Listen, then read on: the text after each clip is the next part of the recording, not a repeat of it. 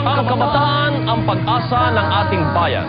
Paano kung sa murang edad nila ay tinuturuan na silang mamundok at tumawak ng baril, makipaglaban sa pamahalaan hanggang kumatay? Sa paglalantad na ito ng ABS-CBN, nakilala ang mga batang mandirigma. Ang 9 na taong gulang na si Edwin, Ila kung di pa sa buka, ila kung di pa paganda.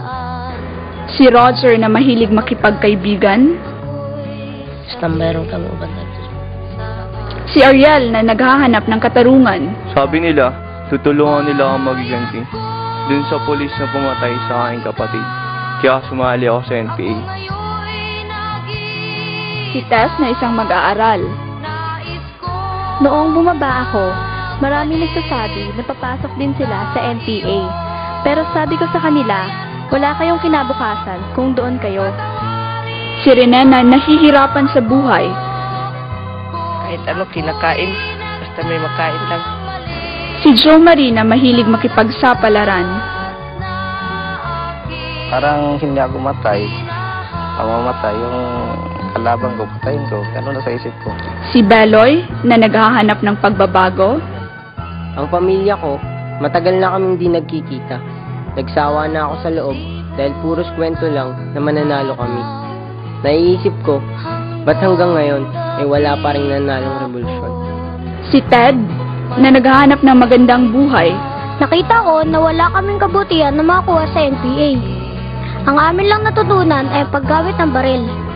Yun lang. Wala kaming ibang ginawa kundi ang tumakbo. si Johnny na mahilig sa laruan, Sa ilag, ganahan ng armas. at ang inosenteng si Joey. Naalala ko yung mga enkwentro namin.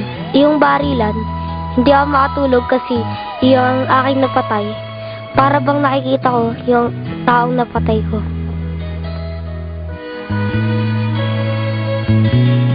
Batang-bata ka pa at marami ka pang kailangang malaman at intindihin sa mundo. Yan ang totoo. Sa mga pagsisiwalat na ito ay napatunayang mali at mapaninlang ang pag-recruit ng Communist Party of the Philippines at ng New People's Army sa mga bata dahil sa panganib na nakaamba sa kanilang buhay. Batang-bata ka lang at akala mo na alam mo na ang lahat na kailangan mong malaman. Malinaw ang nakasaad sa patakaran ng NPA sa pagkuha ng bagong kasapi. Sinumang mahusay ang pangangatawan, anuman ang gulang, kasarian, lipi o nasyonalidad o relihiyon, may kakayahang lumaban at handang lumahok sa matagalang sandatahang pakikibaka laban sa reaksyonaryong kapangyarihang estado ang maaaring maging kasapi ng isang panlabang pangkat ng bagong hukbo ng bayan. Ito ay isang patunay na paglabag ng CPP-NPA sa karapatan ng isang minor de edad at pag-abuso sa kanilang murang kaisipan, na siyang mahigpit na ipinagbabawal ng ating batas. Itinakda ng batas na ito ang pagbibigay proteksyon at programa para sa mga bata upang masupil ang pang-aabuso, kalupitan, pagsasamantala at diskriminasyon na nakakapinsala sa pag-unlad ng kanyang pagkatao. Ito ay pilit na pinagtatakpan ni Gregorio Rosal. Isa na rito si Jason, 15 anyos lang siya nang sumama sa NPA. Hindi lang ako makasama. Bubuhayin daw po yung mga magulang ko. Nagsanay si Jason sa Mauban, Quezon.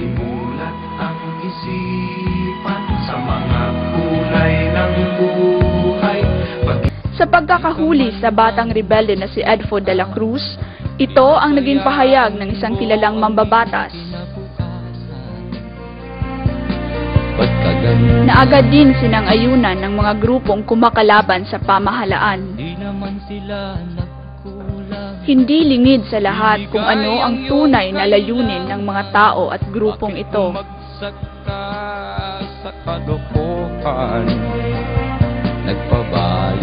Hanggang ngayon, patuloy ang ginagawang panghihikayat ng CPP-NPA sa mga minor de edad upang gamitin sa madugong pakikidigma laban sa pamahalaan. Nais lang naman nila'y sa iyong kabutihan.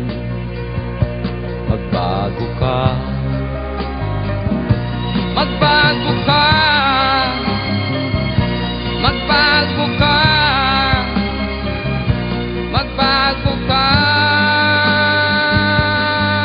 Patuloy din ang kanilang paggamit sa mga inosenteng kabataan sa labang hindi pa nila nauunawaan.